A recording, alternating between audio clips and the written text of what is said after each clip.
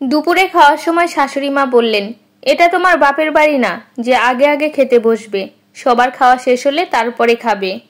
আমি সরু চোখে তাকালাম, বিরক্ত গলায় বললাম, আপনার কথায় আমার পেট চলবে না, আমার যখন খিদে পাবে তখনই খাবো, খিদে আমার সহ্য হয় না। তিনি তেলে বেগুনে জ্বলে উঠলেন, তীক্ষ্ণ গলায় বললেন, এই মেয়ে, এটা কি তুমি তোমার বাপের বাড়ি পেয়েছো? যা মুখে আসছে তাই বলে দিচ্ছ? তোমার বাবা মা তোমাকে কিছুই শেখায়নি? আমি একটুও মাথা গরম করলাম না, অত্যন্ত শান্ত গলায় বললাম, এটা আপনারও বাপের বাড়ি না। তাছাড়া আপনাকে কেউ শেখায়নি যে একটা মানুষকে না খাইয়ে কষ্ট দেওয়া উচিত না, কেউ খেতে বসলে তাকে বাজে কথা বলতে হয় না। শাশুড়ি মা বললেন, কি বললে তুমি? এত সাহস তোমার, আমার মুখে মুখে তর্ক করছো? আমি বললাম, কথার পিঠে কথা বলছি, এখানে সাহসের তো কিছু নেই। ঠিকই, শুধু সাহসই না, তোমার ভেতরে সামান্য ভদ্রতাটুকুও নেই। মায়ের বয়সী একজন মহিলার সাথে কিভাবে কথা বলতে হয় সেটাও জানো না তুমি। মায়ের বয়সী মহিলারা যদি মায়ের মতো আচরণ করতে না পারে তাহলে মায়ের সম্মান আশা করে কিভাবে? যতদূর মনে পড়ে, আমার এত বছর বয়সে আমার মা কখনোই আমার খাওয়া নিয়ে কিছুই বলেনি, খেতে বসলে চিৎকার চেঁচামেচিও করেনি।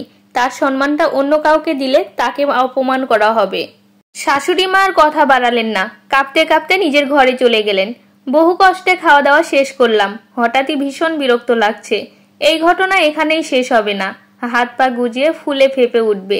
বাড়ির বাকি সদস্যদের আলোচনা সমালোচনার কারণ হবে। কারণ একান্নবতী পরিবারে এমন মুখরোচক ঘটনা দু এক কথায় শেষ হয়ে যায় না। দীর্ঘশ্বাস ফেলে উঠে দাঁড়ালাম, হাত ধুয়ে নিজের ঘরে চলে এলাম। আসার পথে শুনলাম শাশুড়ি মা বলছেন, আজকালকার মেয়েরা চরম বেয়াদব, বড়দের মুখে মুখে কথা বলাকে স্মার্টনেস বলে। তিনি বেশ আক্ষেপ নিয়েই কথাগুলো বলছেন। কথাগুলো কাকে বলছেন বুঝতে পারলাম না, আগ্রহ নিয়ে দেখতেও গেলাম না। ঘরে ঢুকে দরজাটা বন্ধ করে দিলাম।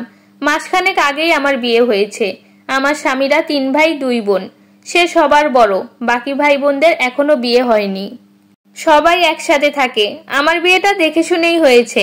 ভদ্রলোক সবেমাত্র বিসিএস পরীক্ষায় পাশ করেছেন, আর সাধারণ পরিবারের বাবারা এমন পাত্র হাতছাড়া করেন না, যেটা আমার বাবাও করেননি, বিনা যৌতুকে প্রথম শ্রেণীর সরকারি কর্মকর্তার সাথে মেয়ে বিয়ে দিতে। তাই আমার বাবা তড়িঘড়ি খোঁজ খবর করে সপ্তাহ 2 মধ্যেই বিয়ের কাজ শেষ করে ফেললেন।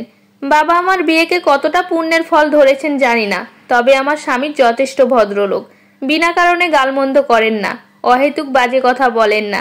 স্ত্রী এবং তার সম্মানের ব্যাপারে তিনি বেশ যত্নশীল। এই তো কয়েকদিন আগে আমার খালা শাশুড়ি এসেছিলেন। তিনি বেশ আক্ষেপ নিয়ে বললেন, মানিকের বিয়ে আরো ভালো জায়গায় হতে পারত, বউটা ওর সাথে একদমই মানায়নি, মেয়ের গায়ের রংটা বেশ চাপা, আহামরি বড়লোক ঘরেরও না। কি দেখে যে তোমরা এমন মেয়ে পছন্দ করলে বুঝি না বাপু। আর এতটুকু বলেই তিনি ক্ষান্ত হলেন না, আমায় শুনিয়ে শুনিয়ে নানান ধরনের কথা বলতে লাগলেন। তার কথাগুলো এতটাই কুৎসিত যে মুখে তুলতে রুচিতে বাধে। মানিক তার কথায় ভীষণ রেগে গেলেন, তীক্ষ্ণ গলায় বললেন, কোন সাহসে আপনি আমার বউকে নিয়ে এ ধরনের মন্তব্য করছেন? আমার বউকে ছোট করার অধিকার আমি কাউকে দিইনি, কাউকেই না। খালা শাশুড়ি বললেন, মিথ্যে বলেছি নাকি? তুই চাইলে এর চেয়ে 1000 গুণ ভালো মেয়েকে বিয়ে করতে পারতি। কি পারতাম আর কি পারতাম না সে কথা আপনার কাছ থেকে শুনতে চাই না। যদি আমার স্ত্রীকে সম্মান না করতে পারেন, যদি তাকে মেনে নিতে আপনার খুব বেশি অসুবিধা হয়, তাহলে আমার বাড়ি থেকে এখনই চলে যান। খালা শাশুড়ি সেদিনই চলে গেলেন। শাশুড়ি মা তাকে থামানোর অনেক চেষ্টা করেছিলেন, তিনি থাকেননি, কাঁদতে কাঁদতে বিদায় নিয়েছেন। এই ঘটনার পর থেকেই শাশুড়ি মা আমায় চোখে দেখতে পারেন না, উঠতে বসতে আমার ভুল ধরতে ব্যস্ত হয়ে যান। আগে পরে সহ্য করেছি, আজ হঠাৎ কিভাবে যেন এসব কথা বলে বসলাম। আকাশে ভীষণ মেঘ জমেছে, ফিনফিনে বাতাসও বইছে, বরফ শীতল বাতাস, গা ছুঁয়ে গেলে শরীরে শিউরে উঠছে। জানালা দিয়ে বাহিরে তাকালাম, দেখলাম মেঘের রং কালচে সাদা, সূর্যের দেখা সাক্ষাৎ নেই। আলতো হাতে জানালার কপাট লাগিয়ে পর্দা টেনে দিলাম। এদিকে বিকেল পড়ে গেছে, চা নাস্তা বানাতে হবে। রান্নাঘরে গিয়ে চুলায় চায়ের জন্য পানি বসালাম। পানিতে 2 টুকরো দারুচিনি ভেঙে দিয়ে 2টো কাপ বের করলাম।